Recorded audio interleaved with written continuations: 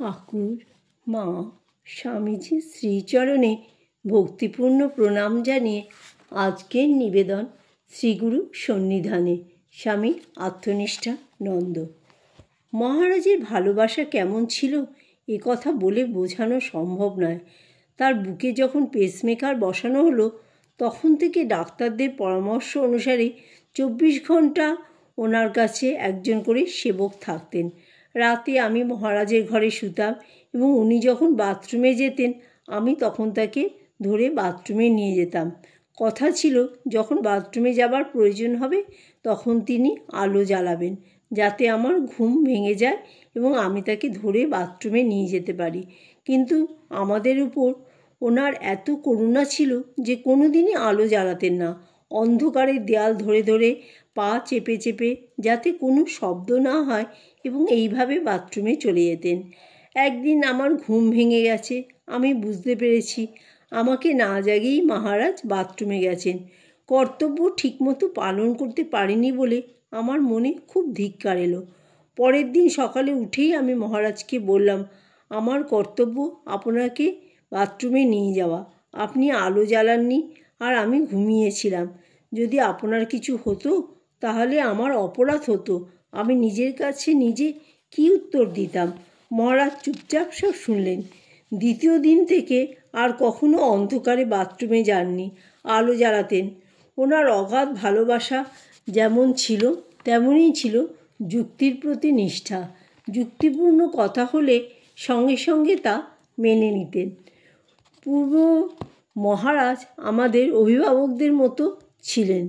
আমাদের সকলের সুবিধা অসুবিধার খোঁজখবর নিজে নিতেন। যুক্তি দিয়ে কিছু বললে, এমনকি না বললেও নিজে বুঝে প্রয়োজনীয় সাহায্য পাঠাতেন। একটা ছোট্ট ঘটনা বলছি। উৎসবের সময় বেশি মানি অর্ডার আসতো। প্রত্যেকটি মানি অর্ডারের প্রাপ্তি স্বীকার করতে হতো। ওই সময় কাজের চাপ খুব বেড়ে যেত এবং সময় মতো সব কিছু সম্পূর্ণ করা সম্ভবপর হয়ে উঠত না। মহারাজ এ ব্যাপারে লক্ষ্য রাখতেন। উৎসবের সময় মহারাজের কাছে যেসব ভক্ত আসতেন তাদের মধ্যে কাউকে কাউকে উনি আমার সাহায্যে পাঠিয়ে দিতেন। আমি কোনোদিন আমার অসুবিধার কথা বলিনি, কিন্তু উনি নিজেই ভক্তদের পাঠিয়ে দিতেন। সর্বদা আমাদের সাহায্য করবার জন্য যেন তিনি প্রস্তুত থাকতেন। আমি যখন মঠে যোগদান করেছিলাম আমাকে আরও পড়াশোনা করবার জন্য খুব উৎসাহ দিতেন। বলতেন, সংস্কৃত ব্যাকরণ ভালো করে পড়ো। আমি পড়তে শুরু করেছিলাম, কিন্তু কোনো কোনো জায়গা ভালো বুঝতে পারছিলাম না। মহারাজকে এই কথা বলাতে মহারাজ বললেন, তুমি আমার কাছে এসো, আমি বুঝিয়ে দেবো।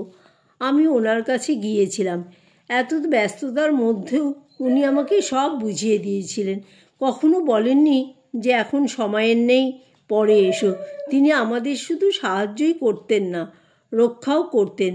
ব্রহ্মচারী প্রশিক্ষণ কেন্দ্রে যাবার আগে মায়াবতী আশ্রম দেখবার জন্য আমি মহারাজের কাছে ইচ্ছা প্রকাশ করেছিলাম। উনি রাজি হলেন। ওই সময় তার একজন অতি প্রিয় ভক্ত আমার সঙ্গে যেতে চাইলেন। সেই ভক্ত মহারাজকে নিজের ইচ্ছা জানিয়ে বললেন, তিনি সঙ্গে থাকলে আমারও সুবিধা হবে। কিন্তু মহারাজ অনুমতি দিলেন না। বললেন, ও একাই যাবে। এই রকম আমাদের ছোটোখাটো ভালো মন্দের উপর তার সদা সতর্ক দৃষ্টি থাকত। সেই ভক্ত আমাকে পরে বলেছিলেন, পাখি যেমন পাখা বিস্তার করে শাবককে রক্ষা করে, মহারাজও সেই রকম আপনাকে রক্ষা করছেন।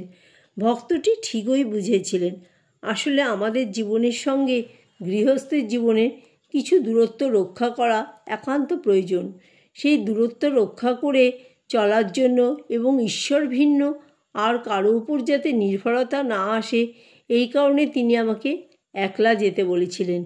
এই রকম সদা সর্বদা অত্যন্ত ক্ষুদ্র বিষয়ের উপরও তার সজাগ দৃষ্টি থাকত এবং তা সর্বদা আমাদের রক্ষা করত। মহারাজ কত বড় ছিলেন, কিন্তু ওনার কোনো অভিমান ছিল না।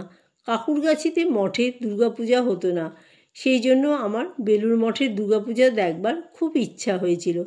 কিন্তু মহারাজ কোনো কারণবশত আমাকে অনুমতি দিলেন না।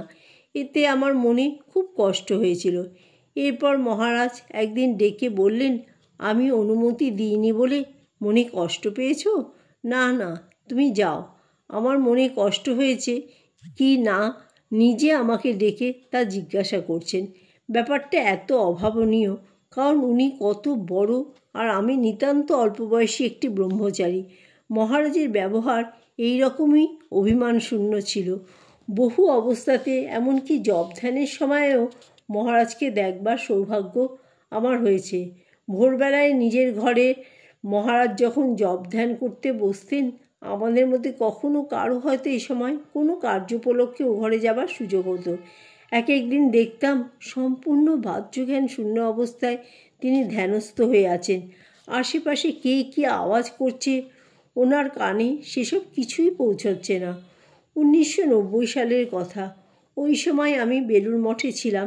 শিবরাত্রির দিন শিবের মাথায় জল ঢালবেন বলে মহারাজ মন্দিরে এসেছেন। প্রথম প্রহরের পূজার পর জল ঢেলে উনি ধ্যান করছেন। তখন অন্যান্যরা জল ঢালছিলেন। খুব হইচই হচ্ছিল। ছোট জায়গা, মহারাজ পাশেই বসেছিলেন। সেবকরা ভয় পাচ্ছিলেন পাছে ওনার উপরে কেউ পড়ে যায়, কিন্তু উনি এসব কিছুই জানতে পারছিলেন না। স্থির হয়ে বসেছিলেন। কারো আধ্যাত্মিক উন্নতি হচ্ছে কি না এই প্রশ্নের উত্তরে মহারাজ বলতেন, আধ্যাত্মিক উন্নতি হচ্ছে কি না এটি বুঝবার একমাত্র উপায় সেই ব্যক্তির ব্যবহার আচরণ কেমন তা দেখা। আমরা যখন জিজ্ঞাসা করতাম আমরা আদর্শের দিকে ঠিক ঠিক এগোচ্ছি কি না কী করে বুঝব, উত্তরে তিনি বলতেন, নিজের মনেই বিচার করে দেখো ঠাকুরের প্রতি ভালোবাসা বাড়ছে এবং বিষয়ের প্রতি ভালোবাসা কমছে কি না। এই বিচারেই বোঝা যাবে তোমরা আদর্শের দিকে এগোচ্ছ কি না। তিনি কখনো কোনো দর্শনাদির কথা আমাদের বলতে না, সর্বদা যুক্তির সাহায্যে আত্মবিশ্লেষণ করতে বলতেন। জয় ঠাকুর, জয় মা, জয় স্বামীজি।